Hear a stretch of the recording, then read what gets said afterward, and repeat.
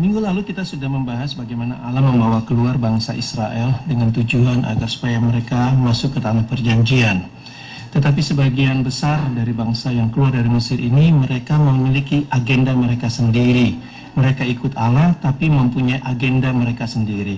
Mereka tidak berjalan menurut agenda Allah. Dan akhirnya bukan saja mereka tidak masuk ke tanah perjanjian yang merupakan tujuan Allah itu, tapi mereka juga binasa di padang gurun itu. Nah, kisah keluarnya bangsa Israel dari Mesir dan masuk ke tanah Kanaan ini sebenarnya merupakan suatu gambaran keselamatan yang Allah berikan kepada manusia. Sehingga tanpa kita mengetahui tujuan Allah terhadap kehidupan yang Dia berikan kepada kita, kita tidak akan memiliki tujuan hidup ini. Kita akan mengisi kehidupan kita di dalam dunia ini dengan tujuan kita masing-masing. Dan akhirnya justru bukan kita bisa masuk ke tanah perjanjian, tetapi justru akan mendatangkan kebinasaan kepada kita. Banyak orang bertanya tentang apa tujuan hidup saya dalam dunia ini. Untuk itu kita harus melihat kenapa Allah menciptakan isi dunia, kenapa Allah menciptakan dunia dan menciptakan manusia itu sendiri. Karena Allah tidak iseng menciptakan itu, Dia memiliki satu tujuan. Kalau kita baca di dalam Roma 5 ayat yang 14, maka kita lihat di situ ada satu perkataan bahwa Adam, manusia yang pertama itu adalah gambaran dari Yesus yang akan datang. Roma 5 ayat ke-14. Adam ini merupakan gambaran atau tipe atau contoh daripada Yesus yang menjadi tujuan daripada segala ciptaan. Yesuslah sebenarnya tujuannya. Tetapi supaya kita bisa mengerti tujuan Allah itu, Dia memberikan gambarannya melalui bagaimana Dia membentuk Adam. Bahkan di dalam Efesus 5 Anda bisa melihat akan Adam dengan Hawa yang merupakan gambaran akan Yesus dengan jemaatnya, dengan pengantinnya. Jadi Allah menggunakan tipologi itu supaya kita bisa mengerti bagaimana Yesus dengan jemaat yang merupakan tujuan Allah menciptakan seisi dunia, bahkan dunia ini.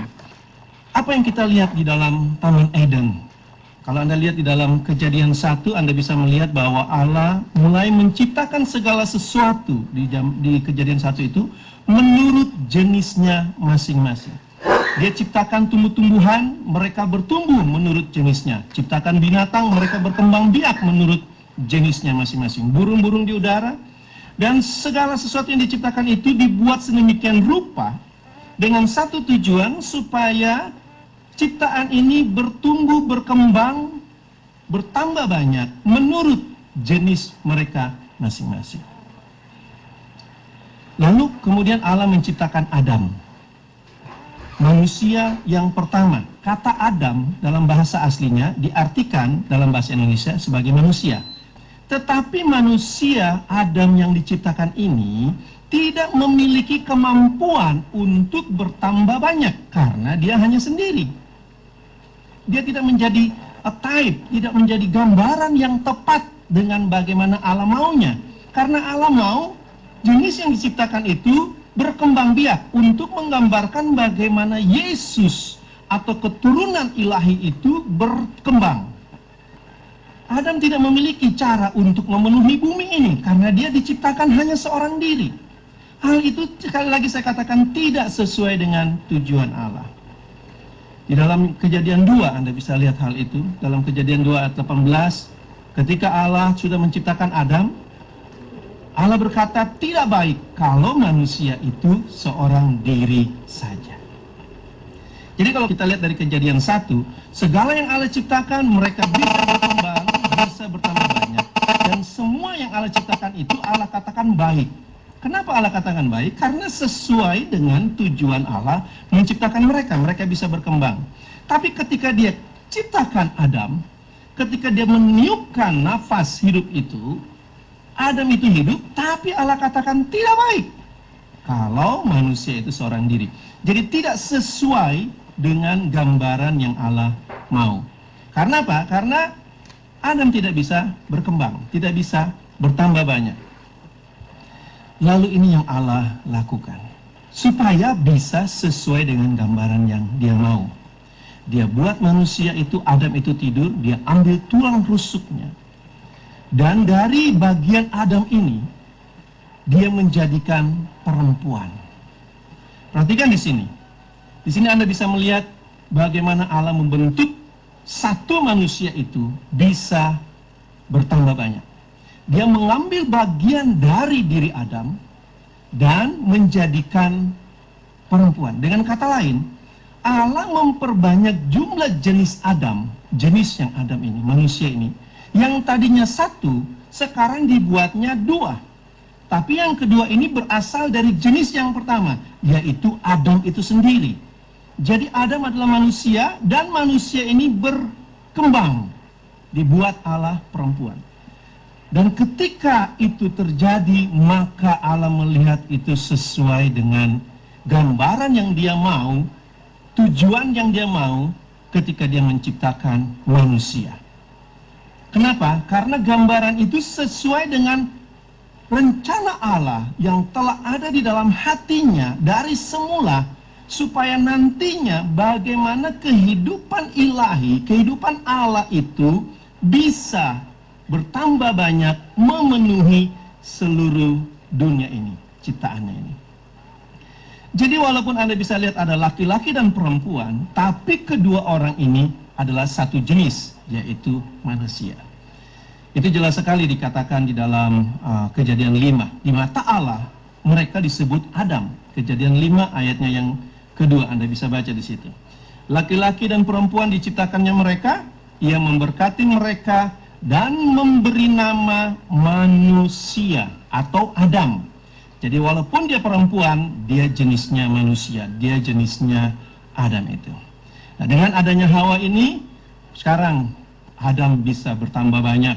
Adam bisa melahirkan keturunan, karena itu sesuai dengan rencana Allah, supaya manusia itu memenuhi bumi. Dan inilah gambaran yang tepat bagaimana Kristus itu. Saya sudah katakan tadi bahwa Adam adalah gambaran dari Yesus.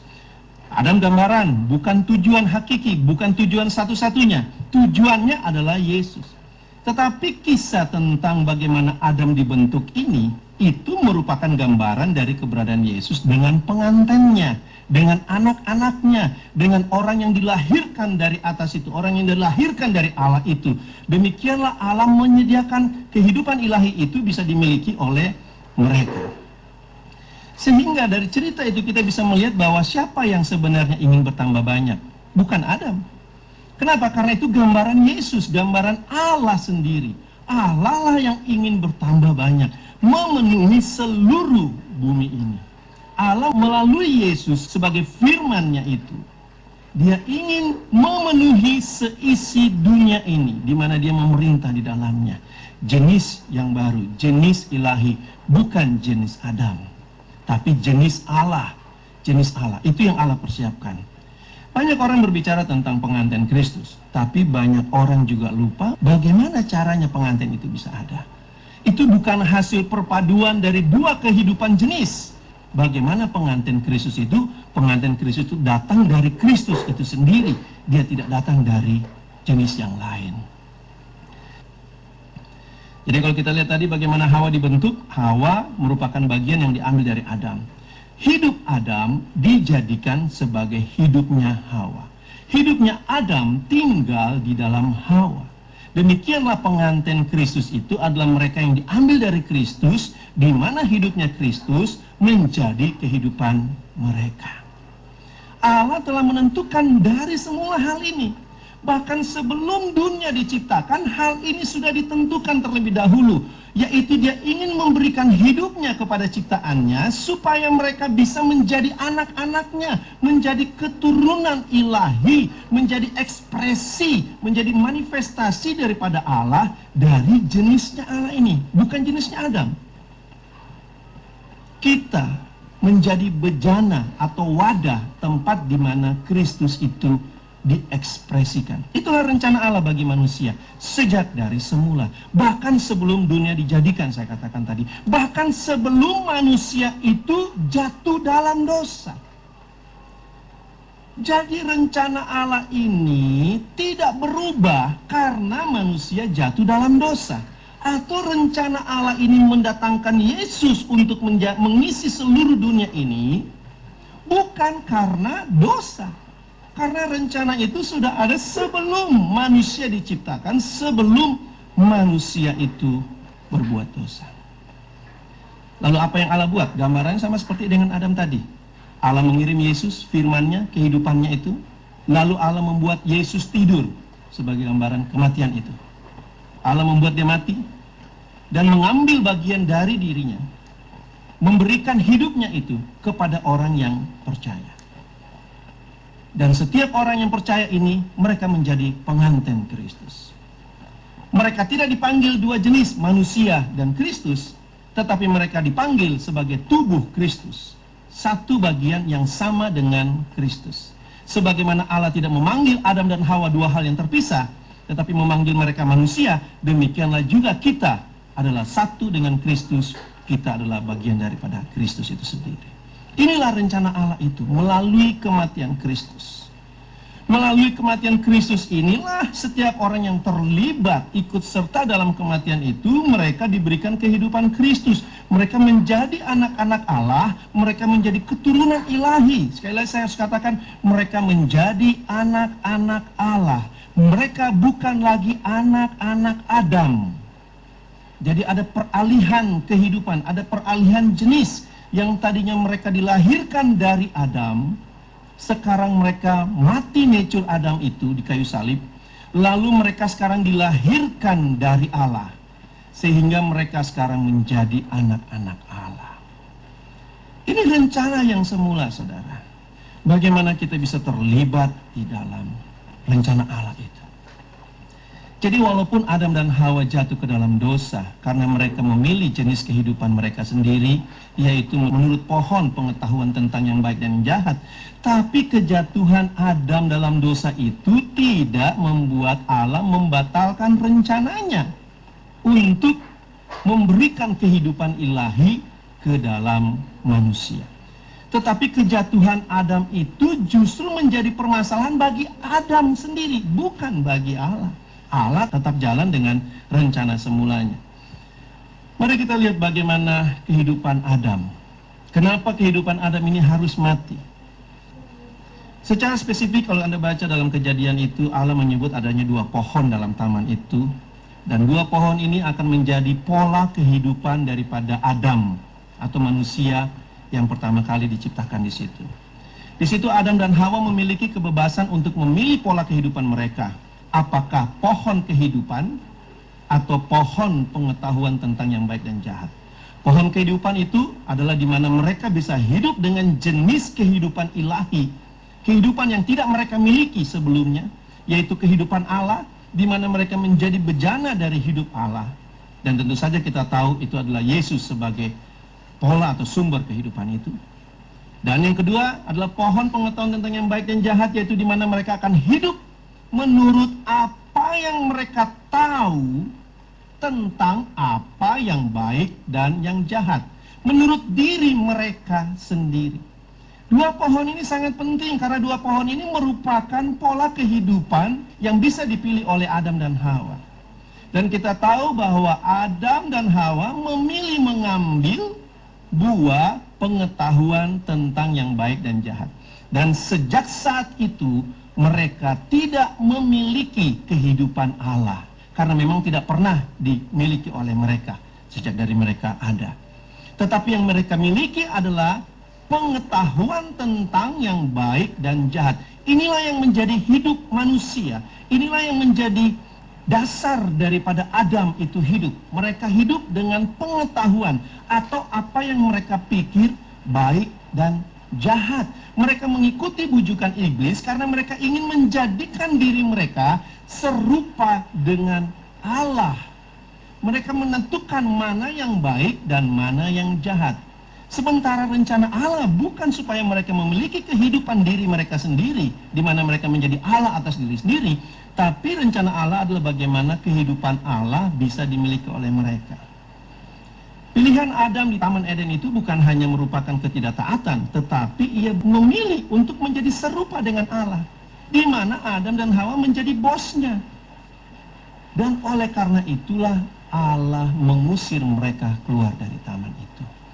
dan menjaga pohon kehidupan itu tidak bisa dimiliki oleh mereka. Menjaganya dengan keruk yang bernyala-nyala sehingga tidak bisa dijangkau oleh manusia, selain daripada Allah yang memberikan pohon kehidupan itu kepada mereka.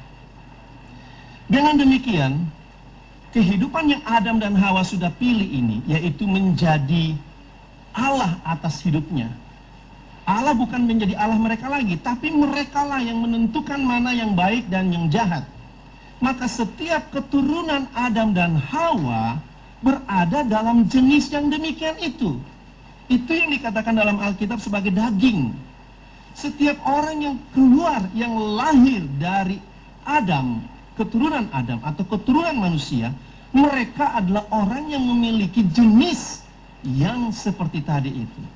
Bukan jenis ilahi, tapi jenis adamik, jenis manusia. Tidak heran jikalau kita bisa melihat kehidupan dalam dunia ini ada begitu banyak agama, begitu banyak denominasi, karena semua itu merupakan manifestasi dari buah pengetahuan yang baik dan yang jahat. Masing-masing jenis ini, masing-masing orang yang ada dalam jenis ini, mereka ingin menentukan yang mana yang benar, yang mana yang salah. Bahkan bukan hanya menentukan yang mana yang benar, mana yang salah. Mereka yang menentukan yang mana yang Allah, yang mana yang bukan Allah. Semua itu datang dari pohon pengetahuan tentang yang baik dan yang jahat. Dan itu turun-temurun. Kita memiliki nature daging itu. Kita lahir di dalam dosa-dosa itu. Nature dosa itu. Ini yang sering dikatakan dengan dosa turunan. Atau dosa mula-mula itu. Bukan karena dosa yang diperbuat saja. Tapi karena nature-nya saya adalah manusia yang seperti itu. Tetapi Allah punya tujuan memberikan hidupnya. Maka untuk mendapatkan kehidupan Allah ini, penyelesaian yang Allah lakukan bukan menggabungkan kehidupan Allah dengan kehidupan Adam, karena tidak mungkin terjadi. Ingat ada di Taman Eden ditutup demikian rupa atau pohon tidak bisa didatangin oleh Adam. Tapi justru mematikan nature dosa Adam itu. Itu yang dikerjakan Yesus di kayu salib.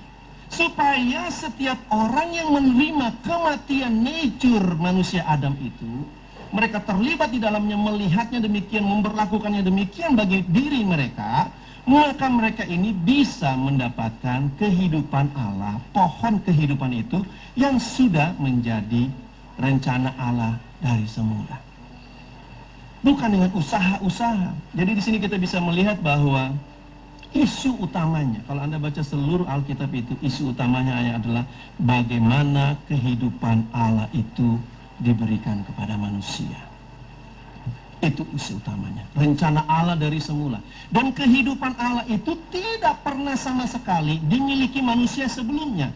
Tidak pernah. Sehingga, saudara, kehidupan Allah itu asing bagi kita yang tidak pernah menerima kehidupan itu. Asing. Bagi manusia adamik, bagi manusia yang lahir dari daging ini, tidak pernah mereka mengetahuinya. Kehidupan Allah itu tidak pernah diketahui dan tidak mampu sampai kepada pikiran manusia. Karena dia tidak pernah tahu itu kehidupan Allah. Sesuatu yang sangat asing. Kehidupan Allah ini hanya bisa diberikan kepada kita, bukan kita usahakan. Karena kita nggak tahu bagaimana kita mau usahakan. Bukan dengan tindakan-tindakan yang lebih baik supaya kelihatan Allah dimuliakan. Bagaimana kita tahu? Karena kita nggak pernah menerima kehidupan itu sebelumnya. Jadi itu hanya bisa diberikan kepada kita dan bisanya hanya diajarkan kepada kita. Lalu kita mulai mengenal kehidupan itu. Tidak bisa kita tiru. Yang suka kita katakan, kita nggak bisa nyontek Yesus. Tapi yang kita lakukan adalah menerima kehidupan itu di dalam roh kita. Karena kita dilahirkan oleh roh, dalam roh. Melalui kelahiran baru, hal itu dimungkinkan. Allah memberikan kehidupan itu. Tetapi kelahiran baru itu baru permulaan. Walaupun kita sudah menerima kelahiran baru, kita masih belum mengetahui bagaimana kehidupan Allah itu. Karena sebelumnya kita tidak pernah. Yang seperti yang saya sering berikan contoh adalah seorang bayi. Ketika dia lahir ke dalam dunia ini, dia total menerima kehidupan manusia itu. Tapi dia nggak tahu kehidupan itu. Dia nggak tahu dia harus berbuat apa supaya kehidupan itu bisa bertumbuh. Kehidupan itu hanya bisa diajarkan kepada dia. Tapi dia sudah menerima kehidupan itu hanya bisa diajarkan supaya dia bertumbuh sesuai dengan apa kehidupan itu, sesuai dengan apa itu namanya, potensi daripada jenisnya, dari jenis manusia itu. Demikianlah kehidupan Allah diberikan kepada kita, lalu kita belajar dan diajarkan oleh Roh Kudus.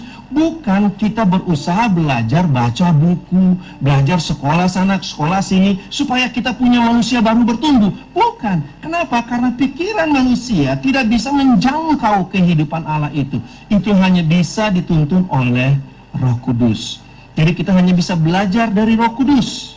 Segala buku-buku rohani itu baik adanya. Itu mungkin menjadi kesaksian. Tetapi itu adalah deskripsi tentang kehidupan itu. Kehidupan Allah itu sendiri harus kita alami sendiri di dalam roh. Kita harus bertumbuh oleh tuntunan Roh Kudus. Hanya oleh tuntunan Roh Kudus. Bukan tuntunan manusia.